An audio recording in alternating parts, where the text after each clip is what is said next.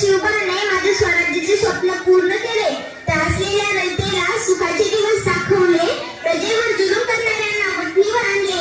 न्यायाचे हिंदवी स्वराज्य स्थापन केले. हे सगळं झालं ते मी दिलेल्या संस्कारामुळेच असं तुम्ही नेहमी म्हणता, बरोबर ना?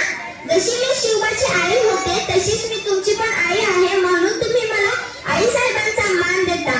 पण आता आजही आपल्या स्वराज्याची काय अवस्था झाली आहे? ना रयत सुखी आहे, ना स्त्रिया सुरक्षित आहेत, ना नोकरदार आनंदी आहे, ना शेतकरी. जेथे तेथे फक्त आंदोलने, मोर्चे, बंद आणि संप. मला आणि माझ्या शिवबाला कोणताच भेदभाव मान्य नव्हता.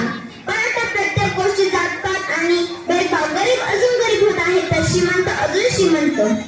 मराठी भाषेचे वैभव तर संपतच चाललंय. हे सगळं तुम्ही बदलायला पाहिजे आणि सुरुवात स्वतःपासून करायला हवी. स्वतःच्या प्रगतीबरोबर दुसऱ्यांना